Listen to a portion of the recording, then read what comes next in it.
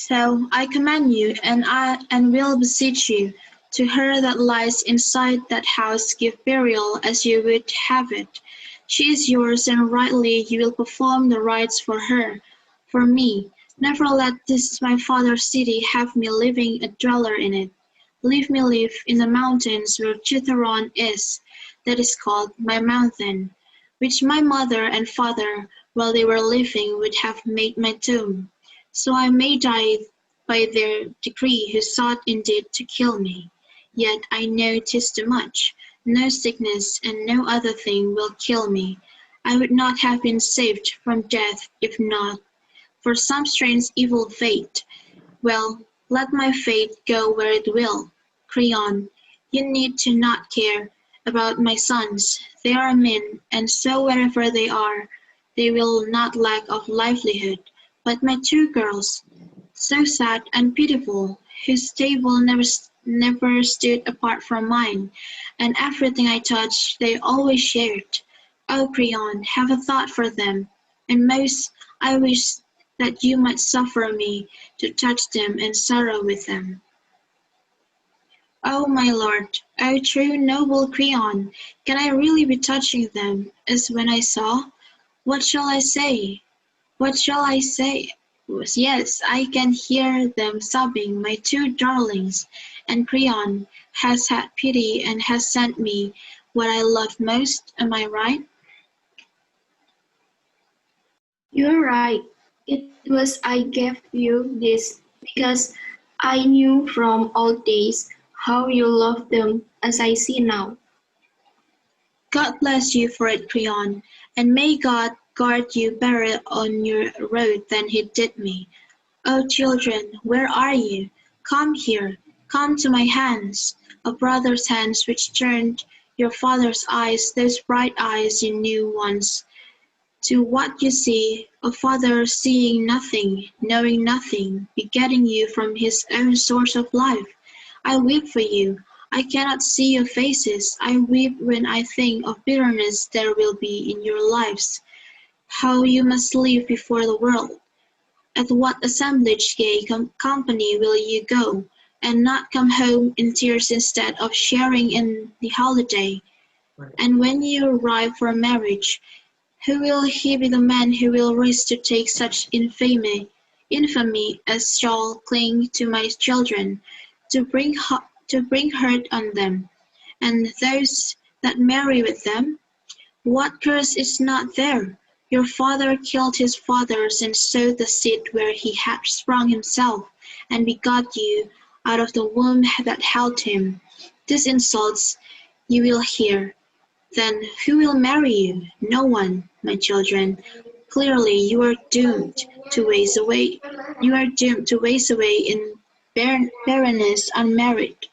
Son of Menicius, since you are all the father left these two girls, and we, their parents, both are dread to them. Do not allow them wander like beggars, poor and husbandless. They are of your own blood, and do not make them equal with myself in wretchedness. For you can see them now so young, so utterly alone, save you only. Touch my hand, noble Creon, and say yes. If you were older, children, and wiser, there is much of advice I would give you. But as it is, let this be what you pray. Give me a life wherever there is opportunity to live, and better than was my father's. Your tears have had enough of school. No, go within the house. I must obey, though bitter of heart. In season, all is good. Do you know what conditions I obey? You tell me them, and I shall know them when I hear. That you shall send me out to live away from Thebes. That gift you must ask of the god.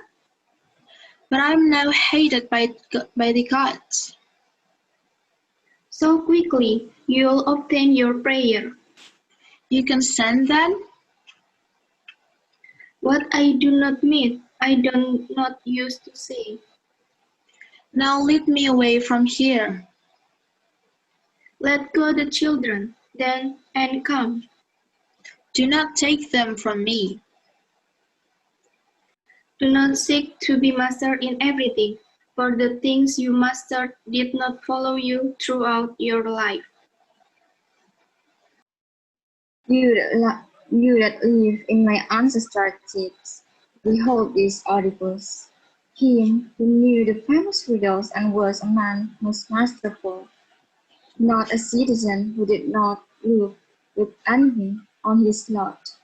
See him now, and see the breakers of his portents shower him. Look upon that last day always. Count no mortal happy till he has passed the final limit of his life secures from pain. Okay. Thank you. Thank you so much. Um,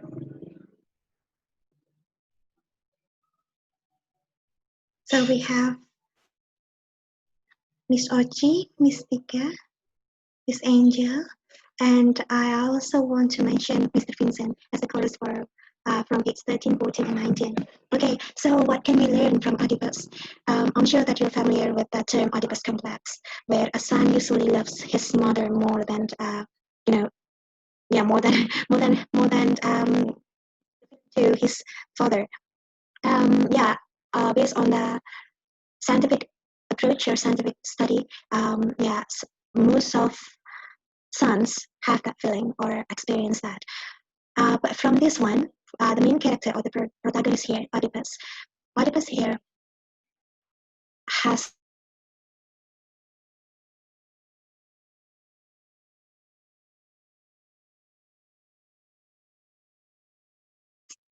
in our life. So we have our own fate. The fate can be so, can be so sad, just like our Christ, Jesus Christ. He also dies, and he knows about that, and he doesn't want to escape from that fate. But to me, I learned that yes, we have our own fate, whether it's good or bad, whether we know it or whether we do not know it. But the most important one is when we have to spend our time, when we do the right things in our life, although our life will not be so good or our fate is not so good, we just do the best we can do. And kindness is also an important thing. I learned that Oedipus was so proud of himself in the beginning of the play, and then the last, he, he was not proud of himself anymore. I learned from Crayon. I think Crayon is my favorite character here, because when Oedipus thought that Crayon betrayed him, he tried to explain. But when Oedipus was not in good condition in the end of the story, Crayon, still wanted to help Oedipus. So Crayon is so good. And I do not want to blame Yocasta when Yocasta committed suicide. I think because she couldn't bear it. Yeah. So guys, I'm also curious. What about you guys? What moral lesson can you learn from this play from Oedipus here? I do hope that you can write something in the comment box, so you may share with us, so I also can learn a lot from you. Yeah. So we should also appreciate Oedipus because he has taken part for for just living his life. Okay, I think that's all. Thank you so much. Congratulations, because you have completed the play Oedipus as the classic play, and the can I say the key of other plays. Have a nice day and say healthy, guys. Bye.